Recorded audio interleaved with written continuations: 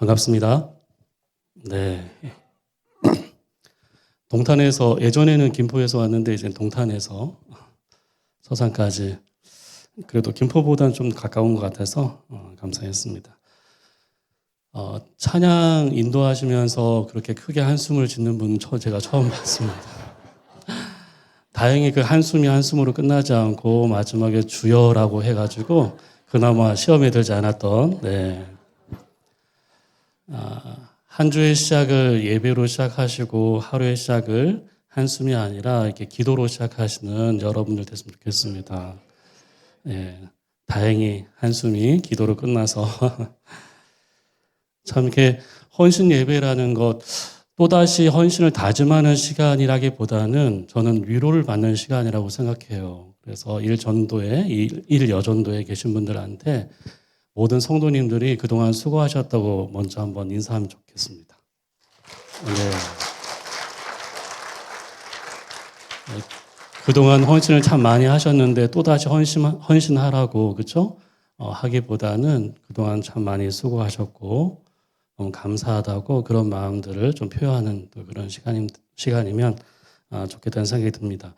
제가 주중에 4일 동안은 그 약국에서 알바를 해요. 때로는 5일 하기도 하고 3일 하기도 하는데 요즘에 감기 환자가 좀 늘어가지고 목이 많이 잠겼어요.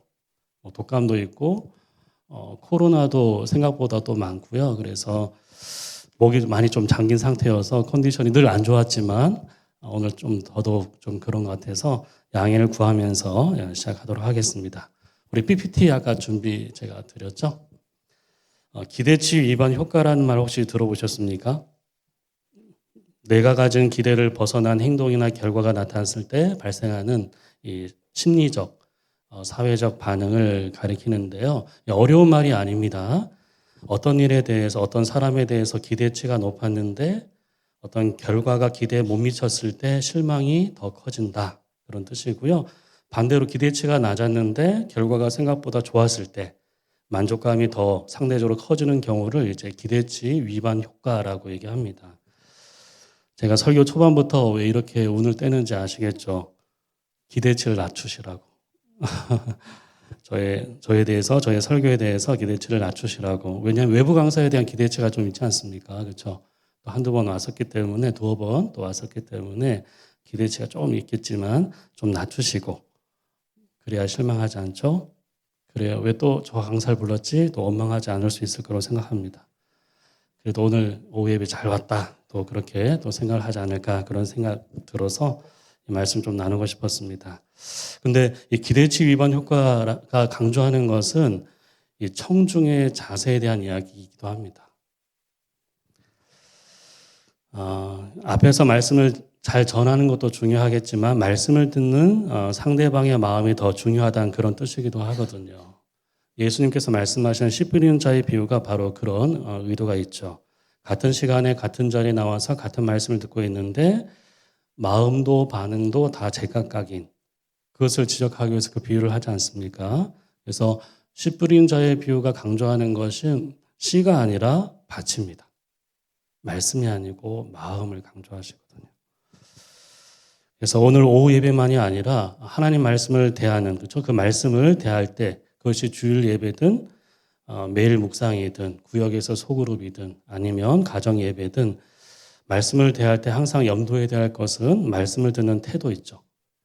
그것이 상당히 중요하다는 것을 기억하면 좋겠습니다. 그래서 길가처럼 딱딱한 마음을 가지거나 아니면 흙이 얕아서 뿌리 내리지 못하는 돌밭처럼 조그마한 시련과 어려움에도 쉬이 뽑혀버리는 피상적인 마음, 그런 마음도 갖지 마시고 그리고 가시밭처럼 근심과 염려라는 가시로 뒤덮인 산만한 마음, 그러니까 딱딱한 마음도 그렇고 피상적인 마음도 그렇고 산만한 마음 그런 것들 다 내려놓고 어떻게 잘 경청하고 잘 인내하고 그래서 열매를 맺는 그렇죠? 좋은 것과 같은 그런 마음이 되기를 그런 바람이 있습니다.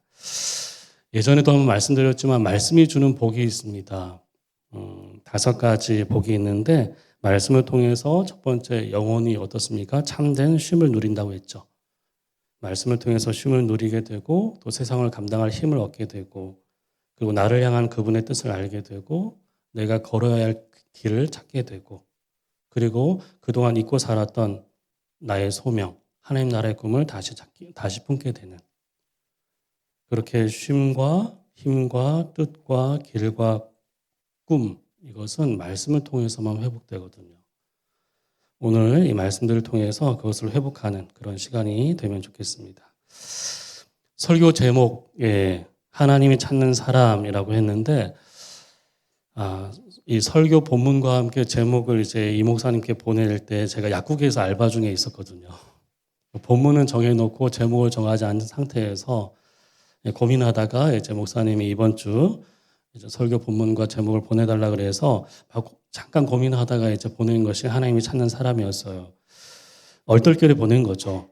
그런데 설교 본문 내용이, 그 본문이나 내용을 이렇게 살펴보니까 하나님이 찾는 사람이 맞을까? 이런 생각이 좀 들긴 하더라고요. 그래서 하나님이 찾는 사람보다는 교회를 세우는 영성이라는 표현을 쓰면 좋겠다 생각이 좀 들었어요.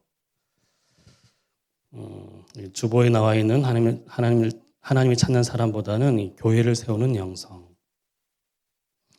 그렇다고 해서 하나님이 찾는 사람이란 주제와 아예 다르지는 않습니다. 이 하나님이 찾는 사람은 어떤 사람일까? 이것이 성경 전체가 우리에게 던지는 질문이거든요. 성경 전체를 관통하는 두 가지 질문이 있는데, 첫 번째가 우리 PPT에 나와 있을 겁니다. 첫 번째가 넘겨보시면, 네, 한 번 더요. 네. 첫 번째는 이제 하나님은 어떤 분인가? 성경 전체를 관통하는 질문. 첫 번째는 하나님이 어떤 분인가고요. 두 번째는 뭐냐 하면 하나님께서는 하나님의 일을 위해서 찾는 사람은 어떤 사람인가? 당신의 일을 위해서 당신이 그 하나님이 찾는 사람은 과연 어떤 사람인가? 어떤 사람을 통해서 일하실까? 성경에서 보면 시대마다 하나님이 쓰신 사람들이 나오는데, 그렇죠? 오늘 바울 서신에서 이 디모데 전서에서 바울이 말하는 하나님이 찾는 사람은 과연 어떤 사람인가?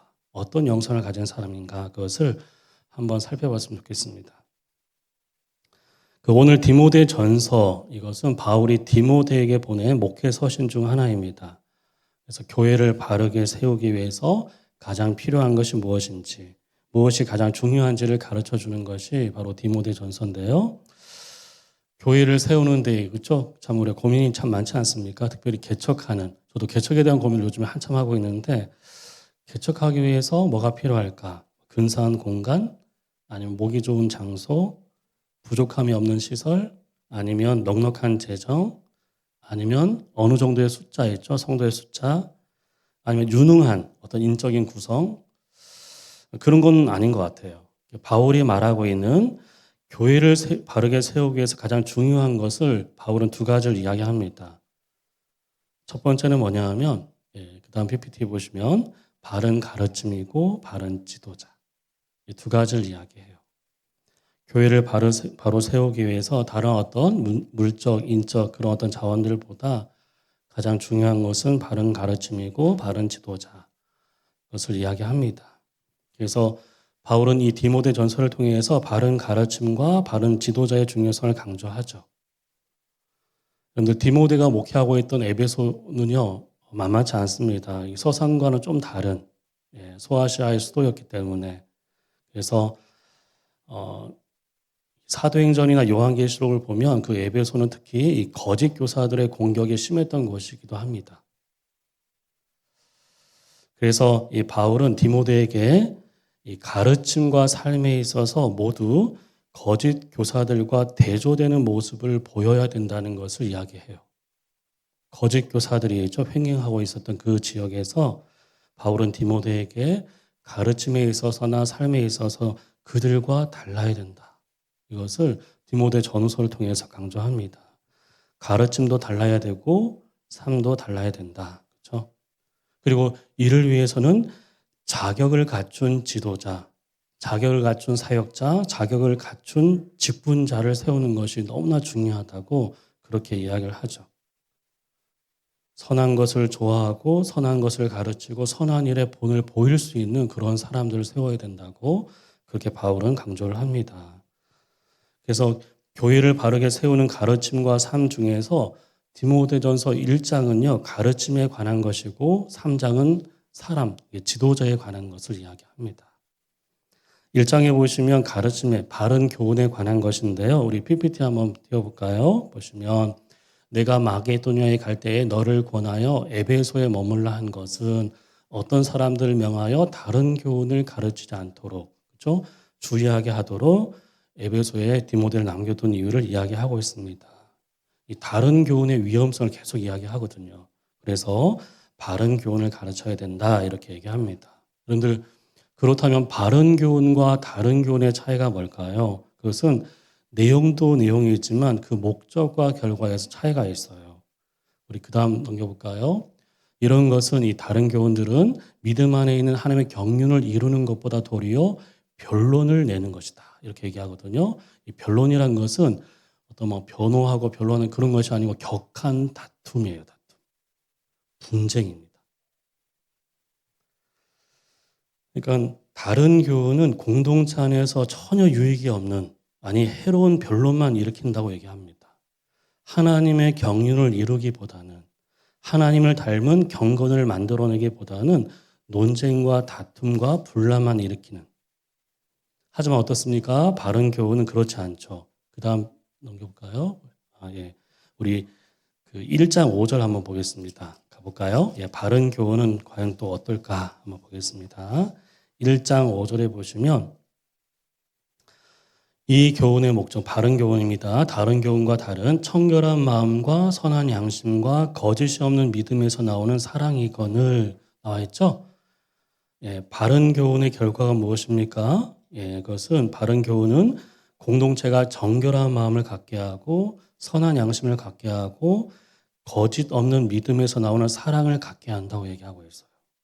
결국 다른 교훈은 분열을 조장하지만 바른 교훈은 교회를 세운다고 얘기합니다. 근데 여러분 이것은 가르침만 얘기하는 것이 아니고 어떤 사람의 말일 수도 있고 주장일 수도 있고 어떤 사람들과의 대화일 수도 있어요. 무엇을 가르치든 무엇을 이야기하든 무엇을 주장하든 그것이 성도들에게 부정한 마음이 아니라 정결한 마음을 갖게 하는지, 양심에 꺼리낌이 없는지, 그렇죠? 믿음을 허물지 않고 세우고 있는지, 무엇보다 사랑을 낳고 사랑으로 이어지고 있는지 그것을 보라고 얘기하는 거예요. 그렇다면 그 가르침, 그 대화, 그 말, 그 주장이 유익한 것인지 무익한 것인지 알게 된다고. 그렇죠? 이로운 것인지 해로운 것인지, 공동체에 득이 되는 것인지 아니면 독이 되는지, 하나님 나라를 위한 것인지 하나님 나라에 반하는 것인지를 알게 된다는 거예요. 그 결과를 보면. 그렇게 1장에서 바른 교훈의 중요성을 강조했다면 바울은 3장에서는 바른 지도자의 중요성을 강조하고 있습니다.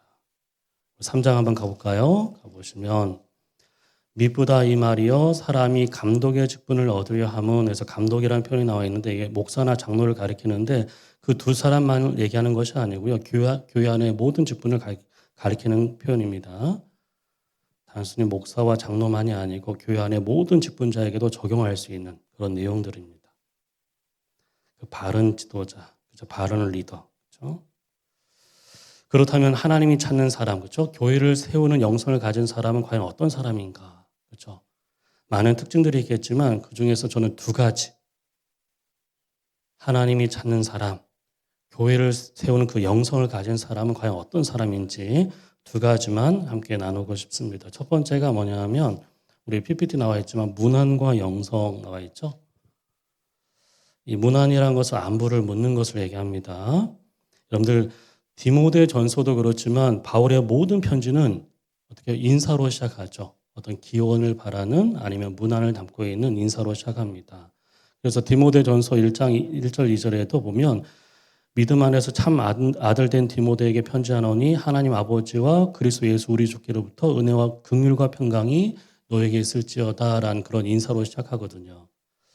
그런데 여러분들 그 서신을 여는 바울의 그 인사말을 꼼꼼히 있죠. 살펴보면 참 놀라운 점이 있습니다. 모든 서신을 여는 바울의 인사말을 보면 단지 일반적인 통상적인 편지의 형식 있죠. 발신자가 누군지 수신자가 누군지 간단한 근황을 주고받는 그 정도가 아니고요. 그 이상이에요. 그 인사말에는 바울의 영성이 담겨 있습니다. 우리가 영성이라고 말하면 어떻습니까? 뭔가 거창해 보이고 뭔가 특별해 보이고 하지만 그렇지 않습니다. 영성이란 것은 아주 평범하고 때로는 사소하고 일상적인 일에서 그 영성이 드러나는 거예요. 바울 서신에서도 바울의 그 첫 인사 있죠? 거기에 영성이 묻어 있습니다. 그의 마음이, 그의 믿음이, 그의 기대와 그의 기도, 그리고 그의 소망이 다 담겨 있습니다. 인사말에. 이 두 가지 그 인사말 가운데 두 가지 예를 한번 찾아보겠습니다. 여러분 바울이 디모데 편으로 보낸 편지가 하나 있는데요. 그것이 데살로니가 전후서예요. 디모데 편으로 보낸 편지인데요. 거기 인사말을 보시면 이렇게 되어 있습니다. 우리 PPT 한번 볼까요? 우리 다 같이 한번 읽어보겠습니다. 단어 하나하나가 너무나 다 의미가 있어서 같이 한번 읽어보겠습니다. 자, 시작.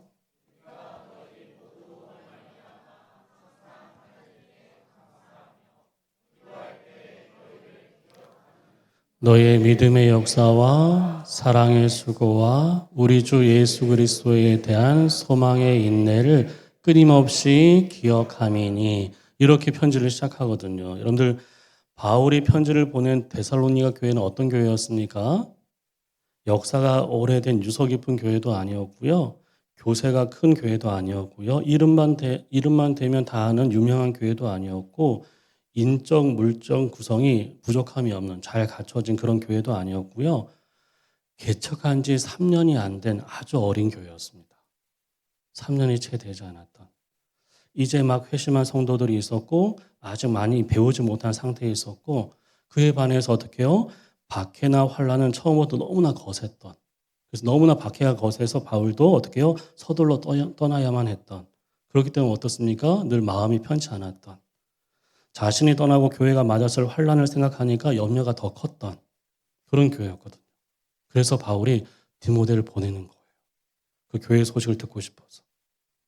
근데 갔다 왔는데 어떻습니까? 데살로니가 교회가 생각보다 어떻게 해요? 걱정과는 달리 믿음을 너무 잘 지키고 있는 거예요. 믿음 안에서 너무나 잘 자라고 있다는 소식을 듣게 된 거죠. 그 소식 때문에 어떻게 해요? 바울의 걱정이 감사로 변했다. 그 소식을 듣고 보낸 편지가 데살로니가 전서입니다. 그래서 편지의 시작이 감사로 시작해요. 우리 읽었던 그 말씀 있죠? 근데 여러분 이 기도의 이 인사말에서 이 인사말을 한 문장으로 요약한다면 뭐냐 하면 우리는 기도할 때 여러분을 기억하고 있습니다. 우리는 여러분들을 기억하고 있습니다. 그러니까 바울의 인사말 속에는 어떻습니까? 노심초사하는 그의 마음이 다 전해지는 거죠. 그렇죠? 그의 마음과 그의 기도. 그들과의 각별한 관계가 다 녹아 있습니다. 그래서 여러분들 사도와 교회와의 관계를 한마디로 말하면 오늘 이렇게 인사말 속에 나와 있지만 PPT 한번 넘겨보시겠어요? 기도와 기억이었어요. 바울과 데살로니가 교회의 관계는 한마디로 기도와 기억. 그러니까 서로를 기억하고 서로에게 기억되는 관계였습니다. 서로를 기억하고 서로에게 기억되는 관계. 그렇죠? 바울에게 데살로니가 교회는 특별히 기억되는 공동체였습니다. 그래서 그들을 위해서 늘 기도했고 기도하면서 그들을 잊지 않았죠. 기억하며 기도했고 기도하면서 그들을 늘 기억했다. 그런데 바울은 그들의 무엇을 기억했을까요? 데살로니가 전서를 보시면 그 모진 박해 속에서도 어떻게 해요? 사도가 전한 복음을 기쁨으로 받아들였던 그들의 환대를 기억했어요. 어려운 중에도 어떻게 해요? 힘들어서 전하고 있는 그 사도의 말을 잘 듣는 있죠. 그들의 환대를 너무나 기억하는 거예요. 그리고 우상을 버리고 하나님께 돌아왔던 그들의 회심을 기억했습니다. 그들의 환대를 기억했고 그들의 회심을 기억하는 거죠. 그래서 어떻게 늘 잊지 않고 쉬지 않고 그들을 위해서 기도했던 것입니다. 저는 저 인사말을 보면서 참 나는 어떤 사람으로 기억될까? 그렇죠? 나는 어떤 사역자로 기억될까? 어떤 성도로 기억될까? 청강교회는 이 지역 사람들에게 또 이 교회를 지나왔던 많은 사람들에게 어떤 교회로 기억될까? 그렇죠? 기억하고 싶은 공동체일까? 기억하고 싶지 않은 공동체일까? 그렇죠? 기억이 되는 공동체일까? 너무나 쉽게 잊혀지는 공동체일까요? 그렇죠? 나는 또 어떤 성도일까? 그렇게 생각을 해보게 됩니다. 그리고 바울은 감사했죠. 인사말에 보시면 뭐에 감사합니까? 앞에 우리 다시 넘겨보시겠어요? 인사말. 예, 보시면 너희 믿음의 역사와 사랑의 수고와 소망의 인내를 기억한다. 그러니까 복음을 통해 맺은 신앙의 열매에 감사했던 거예요. 하나님을 섬기는 그들의 믿음, 지체를 위해서 아낌없이 자신을 내어주고 수고하는 그들의 사랑, 박해 중에도 어떻게 인내를 견인했던 그들의 소망. 한마디로 뭐죠? 이것을 그들의 변화된 삶에 대해서 감사했습니다. 이것이 회심의 증거였고 그들의 거듭난 신앙의 증거였거든요. 말씀을 받고 변화된 그들의 삶. 그렇죠? 우리 PPT 넘겨보시겠습니다. 예. 말씀을 듣고 변화된 그들의 삶은요. 하나님께는 기쁨이 되었고 바울에게는 자랑이 되었고요. 그리고 다른 교회들, 지역에 있는 교회들에게는 본이 되었고 그리고 세상에는 빛이 된 거예요. 그것이 데살로니가 전서에 나와 있어요. 기쁨이 되고 자랑이 되고 본이 되고 빛이 되는. 그것도 아주 척박한 환경 속에서. 그렇게 믿음을 잘 지키고 잘 자라준 성도들에 대해서 너무너무 감사했던 거죠. 저는 청강교회가 그렇죠. 네, 아까 여전도에 어떤 헌신들이 있었지만 그분들의 헌신도 있었지만 참 많은 분들의 헌신들을 통해서 정말 하나님께 기쁨이 되는 교회 그렇죠. 그리고 사역자에게 어떻게 자랑이 되는 그런 교회. 그래서 어디 가든 목사님이 정말 자랑하고 싶은 나중에 바울의 자랑에 대한 얘기도 하겠지만 자랑이 되는 그죠 그런 교회. 그리고 지역에는 많은 지역이죠 교회들이 이렇게 본이 되는 그리고 안 믿는 사람들에게 빛이 될 수 있는 그런 교회가 되었으면 좋겠습니다. 우리 옆에 있는 분들한테 우리 그런 교회가 됩시다. 인사 한번 할까요? 여러분들 헌신도 중요한데 더 중요한 것은 헌신의 방향이에요. 저걸 꿈꾸면서 우리가 그렇죠? 우리 자신을 드리고 그렇죠? 자, 근데 여러분들 데살로니가 후서 있죠. 두 번째 편지에서 감사의 내용이 약간 바뀌어요. 우리 PPT 한번 앞에 볼까요? 자, 보시면 첫 번째 편지에는 아까 그렇게 했잖아요. 두 번째 편지에 보시면 너희의 믿음이 더욱 자라고 너희가 다 각기 서로 사랑함이 풍성함이니 이렇게 두 번째 편지의 인사말은 이렇게 바뀝니다. 약간 바뀌어요. 무슨 뜻입니까? 예, 그들의 믿음이 이전보다 더 자랐다는 것. 첫 번째 편지를 보낼 때보다 두 번째 편지를 보낼 때 그들의 믿음이 어떻게 해요? 자랐다는 것. 그들의 사랑이 이전보다 더 풍성해졌다는 때문에 감사하고 있는 거죠. 그러니까 첫 번째 편지에서는 어떻게 해요? 감사의 내용이 그들의 변화였다면 두 번째 편지에서는요. 감사의 내용이 무엇이며 그들의 성숙. 첫 번째는 변화에 대해서 감사했고 두 번째는 성숙에 대해서 감사한 거예요. 여러분들 이 첫 번째, 두 번째 편지의 인사말에서 바울의 관심이 어디에 있는지 보이죠? 어디에 있습니까? 교인의 숫자가 많아진 것에 대해서 감사하는 것이 아니고 그들의 속사람이 견실하게 자라고 있는 것에 대해서 감사한 거예요. 하나님과 사람 앞에서 좀 더 진실하고 신실한 사람이 된 것으로 인해서 감사하고 있습니다. 시련과 박해 속에서도 굴하지 않고 믿음 안에서 견디는 그들의 모습이 너무나 대견스러웠던 거예요. 결국에는 바울의 관심 어디에 있습니까? 그들의 믿음에 있었던 거예요. 규모가 큰 교회가 아니라 믿음이 큰 교회가 되길 바란 거예요. 예수 잘 믿고 부자가 되는 것이 아니고 예수를 닮은 제자가 되길 바랬던 거예요. 그것이 바울의 관심이었습니다. 이 데살로니가 교회를 향한 바울의 마음이 있죠. 네. 그러니까 바울은 전도하고 교회를 세우는 것으로 자신이 할 일을 다 했다고 생각하지 않았죠. 늘 어떻게 해요? 살피고 돌아보고 늘 애를 쓰고 자신이 할 수 있는 일이라면 최선을 다했던. 늘 이것이 바울의 뭐죠? 영성이에요. 영성. 이것이 하나님이 찾는 사람이고 교회를 세우는 영성입니다. 참, 네. 그렇게 바울은 여러분들 이 문안 인사를 통해서 어떻게 해요? 성도들의 관계를 이어갔어요. 그리고 그 관계가 더 깊어졌고요. 그렇죠? 뭐 디모데전서에서 인사말도 마찬가지입니다. 사도된 바울은 믿음 안에서 참 아들 된 디모데에게 편지하노니 하면서 디모데를 어떻게 부르고 있습니까? 참 아들, 그렇죠? 아들이라고 표현하고 있죠. 믿음 안에서 난 아들이라고 부르고 있습니다. 그러니까 복음 안에서 낳았을 뿐만 아니라 양육했다는 뜻이죠. 그리고 지금 이 편지를 통해서 어떻게 해요? 계속 이 아들을 돌보고 있다는 것을 이야기해주고 있는. 마치 아들을 향한 아버지의 마음이 이 편지 속에 담겨 있습니다. 참 여러분들 사소해 보이고 우리가 묵상할 때도 이 인사말을 그냥 빨리 건너가잖아요. 그렇죠? 지나치지 않습니까? 사소해 보이고 형식적으로 보이는 인사말. 그렇죠? 하지만 바울은 이 인사말을 통해서 아까 말씀드렸던 것처럼 관계를 열어가는 거예요. 그 인사말을 통해서 관계를 이어갔고 관계를 세워왔던 것입니다. 그렇게 그들 가운데 하나님 나라가 임했고, 그렇죠?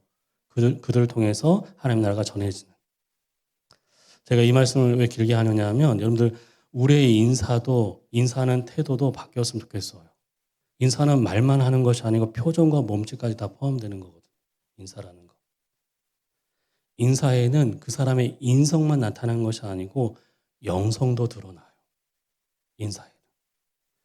교회에서 만나면 혹 교회 밖에서 만나게 되면 어떻게 해요? 서로에게 인사하고 서로의 안부를 묻고 서로의 안부를 살피는 것이 자연스러운 교회가 되어야 합니다.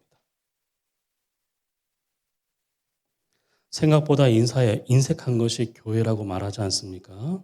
그렇죠? 인사나 안부를 주고받는 것이 자연스러울 것 같은데 생각보다 그렇지 않은 일부 아는 사람들끼리만 교회 안에서도 서로 인사하는 한 교회를 다니지만 잘 모르는 사람에게 먼저 인사를 건네는 것이 쉽지 않은 저도 동탄에 있는 조금 큰 지구촌 교회를 다니고 있는데 지금 거의 한 8개월 가까이 되는데도 먼저 인사한 분들은 사역자분들밖에 없어요. 안내 보시는 분들 외에는. 사람들이 많아서 그럴 수도 있겠지만 여러분들 직분자가 누굴까요? 직분자. 리더가 누굴까요?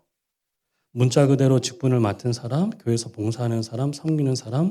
하지만 저는 그렇게 정의하고 싶지 않습니다. 제가 정의하는 직분자는 먼저 인사하는 사람. 먼저 안부를 묻는 사람. 바울처럼 안부를 묻고 듣고 살피고 걱정해주고 기도해주는 사람이 저는 직분자라고 생각해요. 그 사람은 교회의 리더라고 생각합니다. 형식적으로 인사하지 마시고 마음을 담아서 인사하면 좋겠어요. 그렇죠? 누가 먼저 인사해야 되겠습니까? 연장자가 먼저 해야 돼요. 일 여전도에 그렇죠? 분들이 먼저 인사해야 되겠죠. 교회를 먼저 다니신 분들이 먼저 다가가서 말도 걸어주고 그렇죠? 손도 잡아주고 혼자 앉을 때 옆에 앉아주고 그게 영성이에요. 영성. 신령함이 영성이 아닙니다.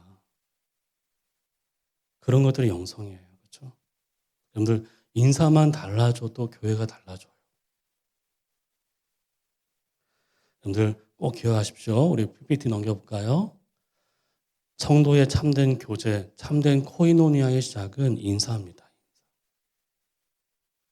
인사에서 그 사람의 영성이 드러나요. 과장된 말이 아닙니다. 바울 선신의 인사말을 보면 결코 그렇지 않다는 것을 우리가 알 수 있어요. 그렇죠? 과장된 말이 아닙니다. 여러분들 제가 기관 사역만 10년 하고 지금 혼자서 지금 사역한 지가 6년째 돼 16년을 이렇게 기관 사역하고 있고 교회 사역을 딱 5년 했거든요. 대구에 있는 모 교회에서 5년을 사역했는데 중등부하고 청년부를 했어요. 그래서 청년부는 서브 사역을 하고 중등부를 주 사역으로 했는데 5년 동안 외계인 같은 중등부를 대상으로 럭비공 같은 중등부 대상으로 있죠. 어디로 튈지 모르는 진짜 외계인 같은 그런 애들 대상으로 이제 5년을 사역했는데 거기 이제 그 교사들이 한 20여 명 계셨어요. 근데 제가 5년 사역을 딱 마무리하고 이제 떠나는데 한 교사분이 거기서 한 20년 가까이 중등부 교사로 헌신한 어떤 남자분이셨어요. 그럼 대구 남자들이 상당히 무뚝뚝하지 않습니까? 그렇죠? 그렇죠? 네. 우리 가까이 있지 않습니까? 가까이에 하는데 그 한 분이 이제 저를 딱 손을 잡고 이제 말씀을 이렇게 해주셨는데 뭐냐니까 자기는 계속 지켜봤다는 거예요. 전도사님을. 그래서 뭘 지켜보셨냐고 하니까 제가 이제 예배 다 끝나면 저 뒤에 우리 목사님도 늘 그렇게 하시지만 끝나면 뒤에 있잖아요. 나가서 아이들 다 나갈 때까지 인사하고 격려해주고 다 보내야 하거든요. 교사들은 그 교사실에서 교사회 한다고 빨리 오시라고 하는데 저는 마지막 아이가 갈 때까지 그 자리를 지키면서 인사를 다 하고 보내거든요. 처음에 그렇게 하는 걸 보고 참 놀랬대요. 왜냐하면 보통 중등부를 목사님들이 와서 했는데 전도사님이 오신 것도 좀 그랬지만 뭐 하루 한 달, 두 달 갈까 이렇게 생각했대요. 근데 1년이 지나고 2년이 지나고 5년이 마치는 마지막 주까지 그렇게 인사하는 거 보고 너무 놀랐다는 거예요. 아이들 다 인사해주고 한 명 한 명 다 인사해주고 격려해주고 길어야 한 1년 할까 이렇게 생각했는데 5년까지 끝까지 했다는 것. 저는 그걸 지켜보는 교사도 대단하고 그렇죠? 그래서 전도사님이지만 존경하게 됐다고 얘기를 하더라고요. 그래서 그때 알았어요. 성도들이 보는 것은 이런 거구나. 교사가 보는 거는 이런 거구나. 탁월한 설교가 아니고, 그렇죠? 강단 아래에서, 그렇죠? 이런 거구나 생각을 했어요. 그 인사했죠. 그래서 어떤 애가 또 이제 막 그 자기 엄마한테 가서 얘기를 했대요. 그 집사님이 교사를 통해서 전해 들었는데 우리 전사님이 내 이름을 불러줬어 그런 거예요. 내 이름을 불러줬어. 중3이었는데 여자였는데 신은아라고 하는 친구인데 한 번도 그동안 사역자들이 불러온 적이 없대요. 애들 한 100여 명 됐으니까. 근데 이름을 불러줬다는 거예요. 그래서 그걸 자랑하듯 엄마한테 얘기했고 그게 좀 전해져서 들렸는데 그러면서 애들이 그 애가 예배하는 태도도 달라지고 고등부에 올라가서 너무나 이제 믿음 생활을 잘한다는 그런 것 같아요. 그 인사. 그렇죠? 그리고 여러분들 교회에서만이 아닙니다. 일상에서도요. 우리 인사하는 태도가 달라져야 돼요. 이웃을 만날 때도 여러분 아파트 관리실 앞을 지날 때도 있죠. 왜 눈 안 치워? 이렇게 짜증만 내지 마시고 그렇죠? 경비 아저씨 왜 눈도 안 치우신가? 짜증만 내지 마시고 자리 비웠다고 했죠? 막 그렇게만 하지 마시고 가게에서나 마트에서 물건 살 때도 마찬가지입니다. 먼저 인사하고 그렇죠? 감사하다고 수고하셨다고 수고하신다고 많이 파시라고 그렇죠? 장사 잘 되면 좋겠다고 맛있다고 그렇죠? 맛있다고 건강하시라고 그렇죠? 그렇게 인사하면 좋을 것 같아요. 근데 대구에는 저기 외곽쪽에 있는 한 교회가 있는데요. 그 교회는 특별한 행사를 몇 년 동안 했었어요. 예전에 제가 대구에 있을 때 어떤 행사였냐면 자가용 있잖아요. 자차를 다 두고 대중교통 이용하는데 택시를 타고 어떻게 해요? 교회 오도록. 전 교인. 일부 택시들. 그래서 여러분들 근데 하나 규칙이 있습니다. 뭐냐 하면 뭐뭐뭐 교회 기사님 그쪽 가면 좋겠습니다. 이렇게 하고 어떤 전도하지 말라고도 했어요. 뭐 교회 얘기하지도 말고 뭐 꺼내지 말라고 대신에 요금에서 있잖아요. 뭐 3,700원이면 잔돈도 받지 않습니다. 잔돈 받지 말라고. 그리고 안전 운전하시라고 했죠. 그것을 한 달, 2달 하고 몇 년째 하는 거예요, 그거를. 근데 그 교회가 택시 기사분들 사이에서 소문이 난 거예요. 그래서 새로 이사 온 분들이 혹시 여기 좋은 교회 있어요? 하면 그 교회를 다 가르쳤다. 그 교회를. 진짜로 그 교회. 지금 2,000명이 넘는 교회가 됐어요. 몇백 명 안 됐는데. 진짜. 그러니까 어떤 분은 심지어 어떤 장로님은 뭐 5,700원이잖아요. 10,000원짜리 주면서 잔돈 필요 없다고 얘기하시는 분도 있었어요. 참 이렇게 그러면서 이렇게 뭐 처음 이렇게 들어갈 때도 나올 때도 있죠. 내릴 때도 항상 따뜻하게 인사해주고. 그리고 당연히 알죠. 저 교회 교인이라는 걸. 그죠. 그 인사 하나로 전도한 교회로 유명합니다. 꼭 실천하셔야 돼요, 여러분들. 자, 두 번째 좀 이야기가 제 마지막 두 번째인데요. PPT 한번 품성과 영성입니다. 여기 보시면 인사는 기본이지만 그게 중요하죠. 문안과 영성에 이어서 교회를 세우는 또 하나의 영성이 있어요. 그건 품성입니다. 품성. 그럼 3장 1절 다시 볼까요? 3장 1절부터 8절까지 내용이 쭉 밑에 보시면 12개의 성품이 나옵니다. 12개의 품성. 이 3장의 내용은 그 품성에 관한 내용입니다. 직분자에게 요구되는 것이 무엇일까? 그렇죠? 그거에 대해서 바울이 답을 주고 있어요. 한번 읽어볼까요? 보시면 선한 일을 사모하는 것이다. 책망할 것이 없으며 한 아내의 남편이 되며 절제하며 신중하며 단정하며 나그네를 대접하며 가르치기를 잘하고 술을 즐기지 않고 구타하지 않고 관용하고 다투지 않고 돈을 사랑하지 않고 자기 집을 잘 다스려 자녀들로 모든 공손함으로 복종하게 하는 잘해야 할지니 그렇죠? 6절에 보면 새로 입교한 자는 교만하여서 마귀를 정죄하는 그 정죄에 빠질까? 그렇죠? 또 외인이 믿지 않은 사람들에게 선한 증거를 얻은 자야. 평판이 좋아야 된다는 얘기죠. 그렇게 7절까지 나와 있어요. 총 12개가 나오거든요. 여러분들 우리가 생각하는 직분자에게 대한 요구 있죠? 직분자들, 그렇죠. 또 앞에 섬기는 사람들에게 요구되는 것이 보통 뭡니까? 제가 이제 좀 이렇게 여러분들한테 물어봤는데 첫 번째가 뭐냐 하니까 그래도 돈이 있어야죠. 교회에서 뭔가 직분을 맡으려면 돈이 있어야죠. 그렇게 얘기해. 그래야 교회가 무슨 일을 할 때 보탬이 되니까.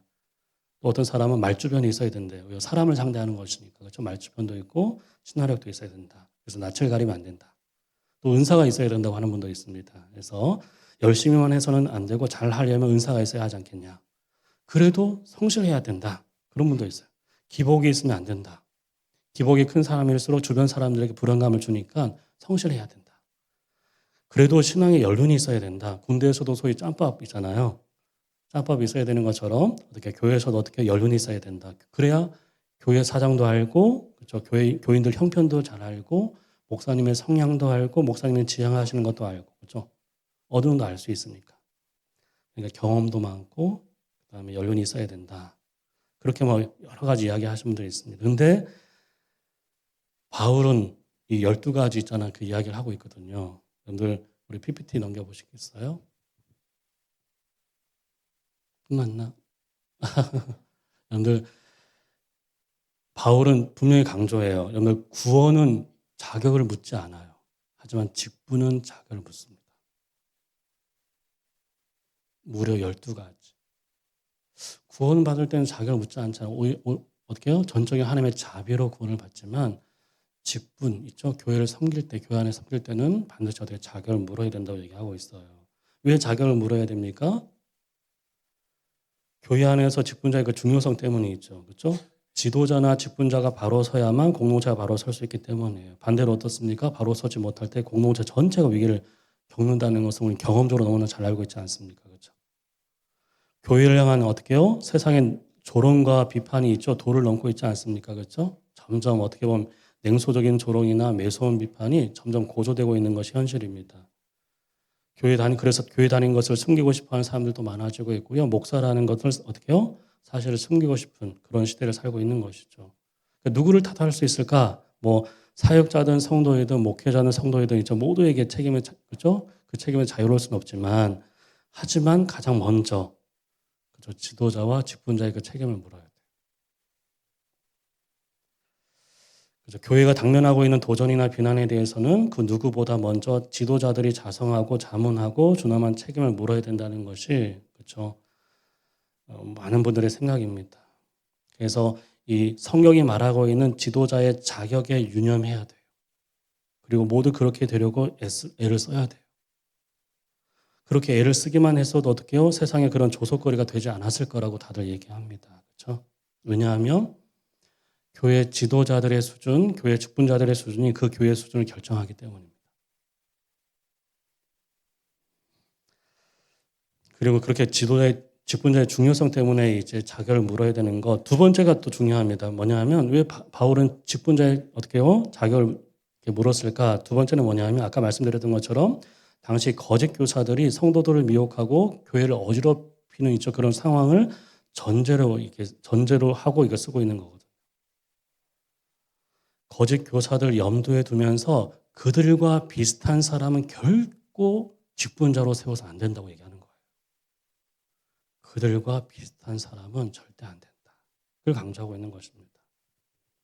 직분자들의 자질에 대한 설명은 결국 진짜와 가짜를 가리기 위한 시금석이었던 것이죠. 그래서 여러분들 3장 1절이 의미심장한 표현을 쓰고 있어요. 뭡니까? 미쁘다 이 말이요라고 이 표현으로 시작하고 있습니다. 여러분들 미쁘다 이 말이요라는 것은 뭐냐 하면 믿을 만한 진실한 것이다.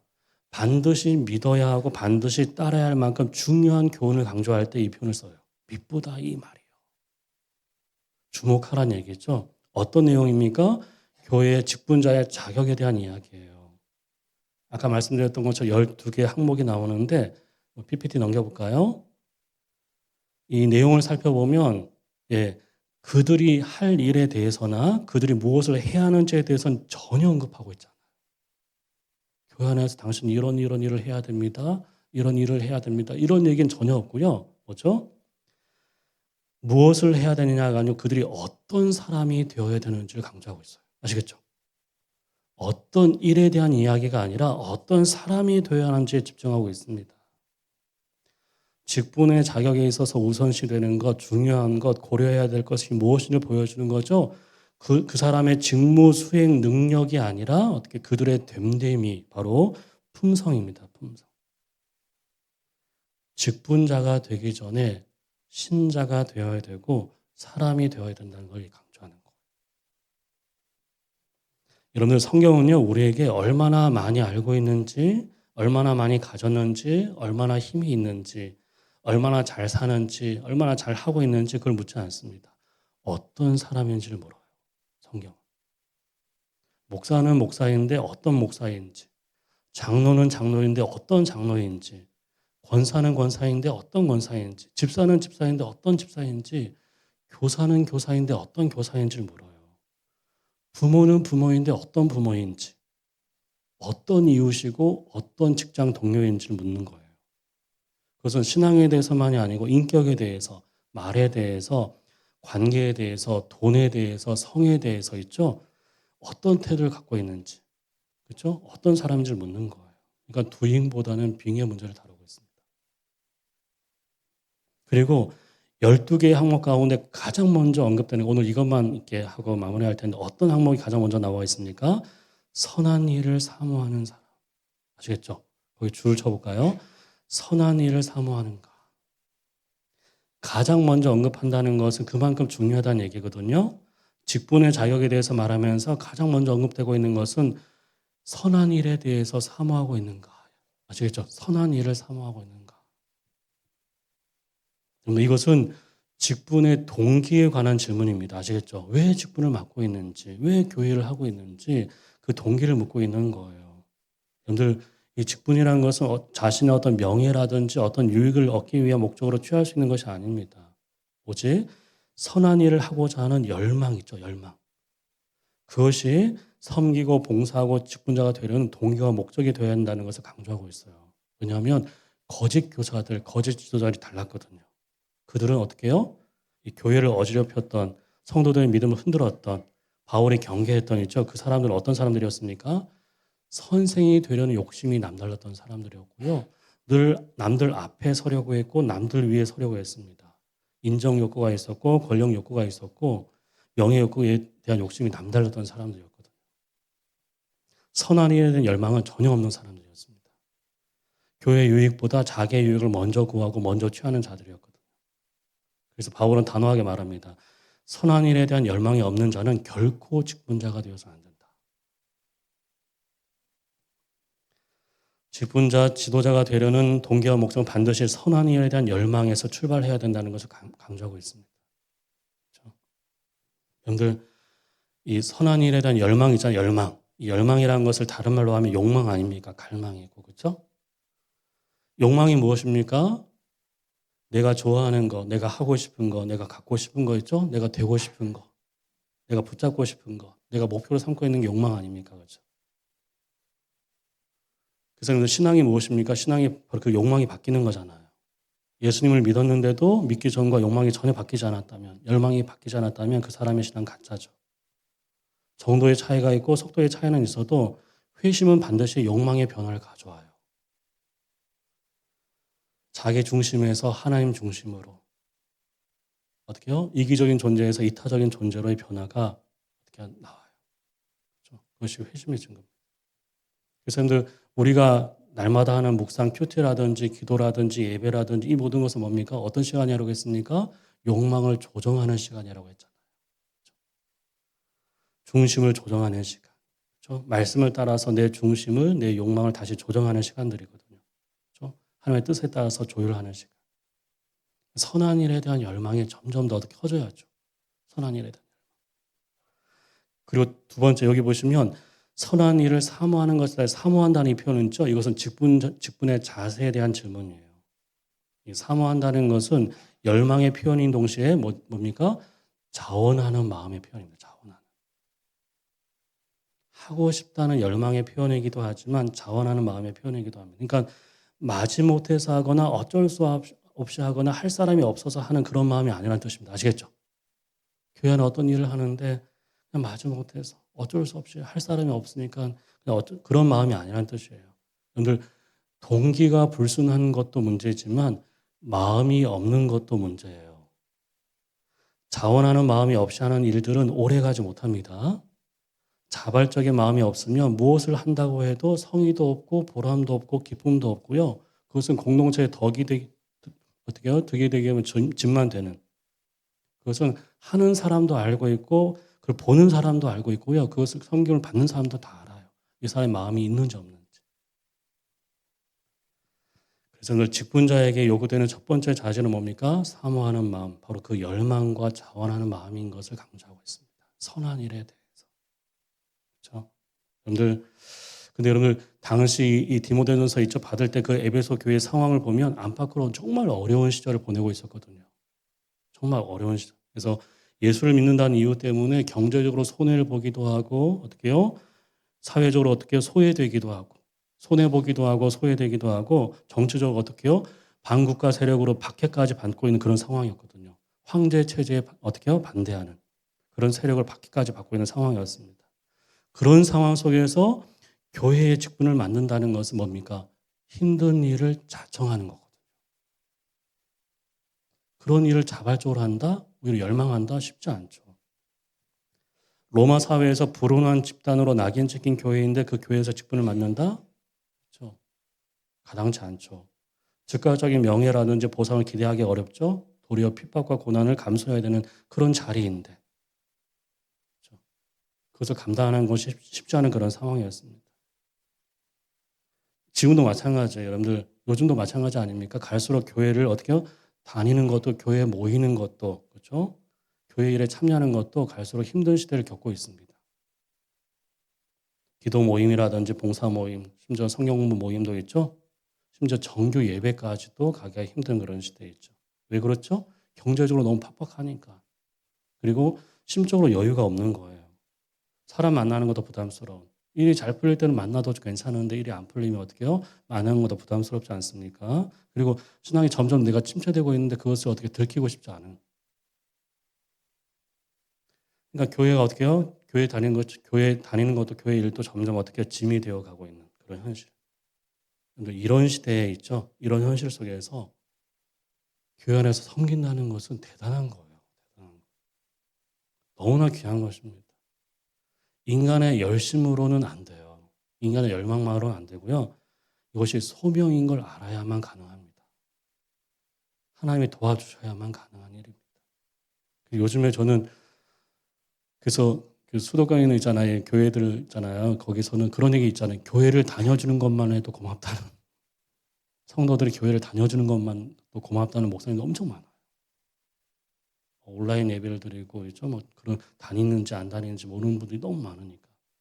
그런 상황에서 교회에서 봉사한다, 섬긴다, 그렇죠. 제코가 석자인데 다른 사람을 돌아본다, 정말 어려운 일입니다.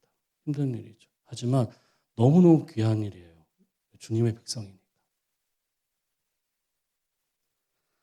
나의 열심만으로 되지 않는 거죠. 소명이기 때문에 감당하는 정말 귀한 일이죠. 그렇다면 마지막으로 여러분들 그렇게 사모하고 열망하고 자원하는 그 선한 일은 과연 어떤 일일까요? 선한 일을 사모한다 돼 있잖아요. 그 선한 일은 과연 어떤 일일까? 여러분들 성경 전체에서 보면요. 우리 PPT 한번 보시겠어요? 이것은 창조와 관련되어 있어요. 하나님 보시기에 참 좋았더라 했죠? 하나님이 무엇을 창조하실 때마다 하신 감탄사가 뭡니까? 참 좋았다. 이 좋았다 이 표현이 히브리어로 토브인데요. 이것이 선이에요. 선. 성경 전체에서 선이라는 단어가 처음 나왔어. 선. 선은 무엇입니까? 하나님의 창조와 관련되어 있는 거예요. 하나님이 의도하신 창조의 목적과 관련되어 있다는 걸 알 수 있어요. 그 창조의 목적을 이루어가는 것이 선입니다. 아시겠죠? 하나님 보시기에 참 좋은, 하나님의 기뻐하시는 그것이 바로 선한 일입니다. 그러니까 내가 하고 있는 일, 그렇죠? 내가 섬기고 있는 일, 우리가 하고 있는 일이 과연 선한 일일까? 하나님 보시기에 참 좋은 일일까를 항상 생각하셔야 돼요. 여러분들 창조는 어떻게 됩니까? 저녁이 되고 아침이 되니 이는 첫째 날에 더 있죠. 창조라는 것은 저녁이 아침이 되어가는 과정이 창조거든요. 밤이 아침이 되어가는 과정이 창조예요. 창조의 목적을 이룬다는 것은 어떤 인생의 밤을 맞이하고 있는 사람에게 아침을 선물해 주는 것이 창조거든요. 선한 일에 바로 거기에 힘을 쓰는 거예요. 인생의 밤을 겪고 있는 분들에게 빛을 어떻게요? 알려주는. 아침을 열어주는 있죠? 그 일을 하는 거예요. 그게 위로든 격려든. 두 번째 보시면 그다음 넘겨보시겠어요? 예, 로마서에서도 선이 나와요. 바울은 선이 무엇인지 설명합니다. 하나님을 사랑하는 자, 그의 뜻대로 부르심을 입은 자들 모든 것이 합력하여 선을 이룹니다. 나와 있죠. 선. 여기 선은 무엇입니까? 내가 원하는 것, 내가 기대하고 어떻게 바라는 것이 이루어지는 것 아닙니다. 이것은 구원이에요. 구원.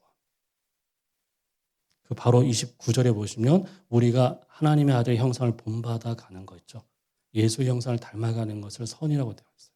모든 것을 합력해서 우리가 주님을 닮아가게 하는 것. 그것이 선이라고 얘기하고 있어요. 그러니까 내가 하는 일, 우리가 하는 그 일이 내가 더 주님을 더 닮아가게 하고 있는지, 주님께 더 가까이 가게 하고 있는지, 그 사람들로 하여금 어떻게 해요? 그 사람을 주님과 더 가까이 하게 하는 것인지, 있죠? 구원받게 하는 건지. 그것이 바로 선한 일이라고 얘기하고 있습니다. 그리고 마지막으로 디모데 전서와 관련해서 선한 일은요 뭐냐면 이거만 마무리하겠습니다. 그 선한 일은 교회와 관련되어 있어요. 창조와 관련되어 있고 구원과 관련되어 있다고 앞에서 말씀드렸는데 디모데 전서에서는 교회와 관련되어 있습니다. 선한 일은. 그게 뭘까요? 자세히 설명할 수는 없지만 1장에 보시면 다른 교훈이 아니고 바른 교훈을 가르치는 거. 아시겠죠? 다른 교훈을 주의하고 바른 교훈을 배우는 것이 선한 일이래요. 아시겠죠? 바른 교훈을 배우는 게 선한 일이래요. 배움에 열심인 분들이 있죠. 하지만 중요한 것은 배움의 내용입니다. 아시겠죠? 다른 교훈이 아니고 바른 교훈을 배워가야 돼요. 무엇이 바른 교훈이고 다른 교훈이라고 했습니까? 내가 배우면 배울수록 하나님을 더 경외하고 있는지, 그렇죠? 더 겸손해지고 있는지, 마음이 더 정결해지고 있는지, 양심이 더 선해지고 있는지, 그렇죠? 배우면 배울수록 공동체를 더 세우고 있는지, 하나 되게 하고 있는지를 보면 알 수 있어요. 내가 제대로 배우고 있는지 아닌지. 그것이 선한 일이라고 얘기하고 있어요. 그리고 2장에서는요. 기도라고 얘기해요. 기도가 바로 선한 일이다. 여러분들 2장 1절 한번 가볼까요? 2장 1절이 너무나 중요한 표현인데 보겠습니다. 2장 1절 그러므로 내가 첫째로 권하노니 모든 사람을 위하여 기도하십시오. 나와 있죠? 모든 사람을 위하여. 그 줄을 쳐볼까요? 모든 사람을 위하여 기도하는 것이 뭐라고요? 선한 일이다. 2절에 보시면 임금들과 높은 지위에 있는 모든 사람을 위하여 기도하라 나와 있죠? 예. 대통령을 위해서 기도하라고 얘기하는 거예요. 왕들을 위해서 기도하라. 심지어 박해하는 황제를 위해서도 기도하라고 얘기하고 있는 것입니다. 그렇죠? 로마 시대 황제를 위해서도 기도하라고 얘기하고 있는 거예요. 그렇죠? 여러분들 모든 사람을 위한 기도는 하나님이 늘 듣고 싶어하는 기도예요. 아시겠죠? 왜요? 모든 사람이 하나님을 알길 바라기 때문에. 모든 사람을 위한 기도는 하나님이 늘 듣고 싶어하는 기도거든요. 땅끝에 있는 모든 백성이 하나님을 인정하고 구원받기를 원하시기 때문입니다. 그래서 예수님을 보낸 거 아닙니까? 몇 사람을 위해서가 아니고 모든 사람을 위한 중보자로 보내신 거잖아요. 그렇죠? 그래서 모든 사람을 위한 기도, 그것은 선한 일입니다. 아시겠죠? 선한 일. 뿐만 아니라 어떻게 해요? 나라의 지도자를 위해서, 공직자를 위해서 기도하는 것도 선한 일. 지금 국가위기 상황이잖아요. 그렇죠? 위기 상황. 정의와 공의가 바로 세워지도록 그렇죠? 국가를 위해서 더욱더 기도할 때. 지도자 부재인 상황 속에서 그렇죠? 국가를 위해서 기도할 때. 이게 선한 일이라고 얘기하고 있어요. 선한 일. 그리고 또 재미난 것은 뭐냐 하면 남자들에게 뭐라고 합니까? 여기 보시면 8절 말씀 볼까요? 기도할 때 이렇게 얘기합니다. 그러므로 각처에서 남자들이 분노와 다툼이 없이 거룩한 손을 들어서 기도하기를 원한다. 이게 선이래요. 남자 성도들에게 뭐죠? 분노와 다툼 없이 손을 들고 여러분들 주먹질하지 말고 손을 들어서 기도하라고 얘기하고 있어요. 힘을 앞세우지 말고 먼저 기도하라고. 그것이 선이라고. 오늘 PPT 한번 보십시오. 기도는 무엇입니까? 비록 약해 보이고 무기력해 보이고 여러분들 앉아서 그냥 기도하는데 얼마나 약해 보입니까? 그렇죠? 무기력해 보여 아무것도 안 하고 있으니까 느리게 보이잖아요. 하지만 기도는 가장 거룩하고 가장 선한 영적 싸움의 길이라고 바울은 강조합니다. 약해 보이고 더뎌 보이고 무기력해 보여도 가장 선한 영적인 싸움이라. 그리고 여성들에게도 얘기해요. 참 재밌죠? 8절, 9절 말씀 보십시오. 이와 같이 여자들도 단정하게 옷을 입고 자기를 단장하고 따은 머리와 금이나 진주나 값진 옷으로 하지 말고. 뭡니까? 여인들에게 얘기하는 선은요. 치장하지 말고 단장하십시오. 너무 비싼 화장품 쓰지 마시라고. 그렇죠? 여기 따은 머리와 금이나 진주나 값진 옷은 당시에 두 부류의 여인들에게만 있었던 거예요. 신전 창기들이 이렇게 하고 다녔어요. 그리고 아주 사치스러운 부유층들이 이렇게 하고 있었거든요. 너희들은 그렇게 해서 안 된다고. 그게 선한 일이다. 모든 사람을 위해서 기도하는 것만이 아니고 자신을 치장하지 않고 단장하는 것이 바로 선이라고. 하나님이 바라시는 선한 일이라고 얘기하고 있어요.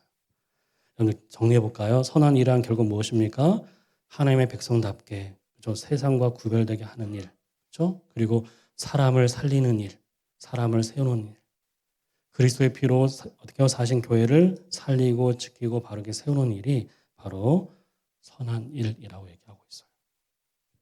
여러분들 이 지역 가운데, 이 서산 지역 가운데 하나님 보시기에 참 좋은 사람, 참 좋은 교회, 참 좋은 사회, 그리고 하나님 나라를 세워가는 것이 뭐라고요? 선한 일입니다. 그 선한 일에 대한 열망이 있어야 돼요. 그것이 직분자의 첫 번째 자격이라고. 여러분들 이 지도자든 직분자든 있죠. 만들어져 가는 과정 중에 있는 존재라고 얘기하지 않습니까? 그렇죠? 다 된 존재가 아니고 만들어져 가는 저 존재라고 얘기합니다. 그렇죠? 하지만 이런 기본적인 자질이 갖추어져 있지 않으면 어떻게 됩니까? 시간이 흘러도 더 좋아지지 않고 오히려 더 나빠질 수 있거든요. 그러니까 자격을 묻긴 해야 돼요. 하지만 누구든 이런 자격을 다 갖춘 사람은 없잖아요. 그렇죠? 이런 자격을 다 갖춘 사람은 없습니다. 다만 어떻게 해요? 겸손하게 자기가 부족한 줄을 알고 섬기는 사람. 그러니까 부족한 걸 알고 섬기는 있죠. 그걸 하는 거죠, 우리가. 왜냐하면 그 가난한 마음에 주님이 은혜를 베풀어 주시니까. 자신이 부족하다는 것을 아는 있죠. 알고 섬기는 그 가난한 마음에 주님이 그 감당할 은혜를 부어 주시니까. 그렇게 감당해 가는 거죠. 그래서 여러분들 그리고 공동체도 마찬가지입니다. 우리 많은 성도님들도 혹시 목회자에게 또 사역자에게 장로, 권사, 집사 있죠. 구역장, 교사에게 있죠. 허물이 보이고 뭐 부족함이 보이고 그런 것들이 보이더라도 어떻게 합니까? 기도해주고 먼저. 기다려주고. 좀 참아주고. 그래서 좋은 리더로 어떻게 잘할 수 있도록 어떻게 해요? 협력해줘. 그게 필요합니다. 그렇게 리더가 바로 설 때 공동체가 든든히 설 수 있기 때문이죠. 그렇게 기다려주는, 기도해주는.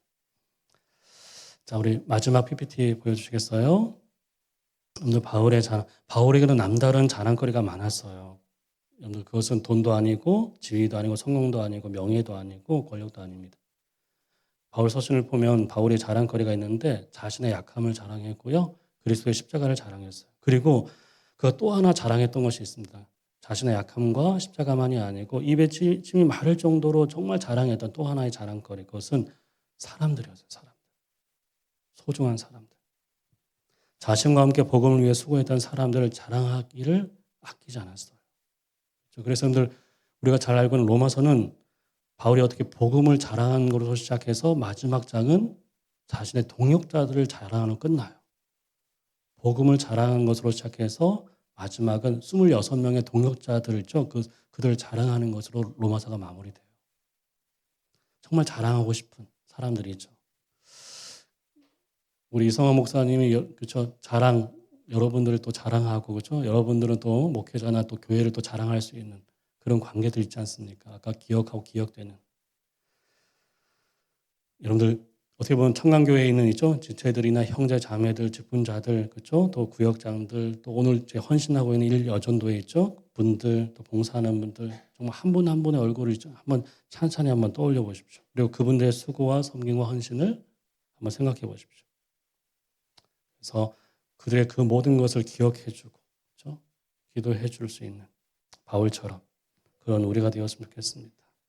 그리고 나는 정말 아까 말씀드렸던 것처럼 나는 어떤 성도, 어떤 사역자, 그렇죠? 또 어떤 직분자로 내가 또 어떤 교회로 우리가 기억될지를 한번 곰곰이 생각하면서 교회를 세우는 이 두 가지 영성이 있죠. 꼭 기억했으면 좋겠습니다.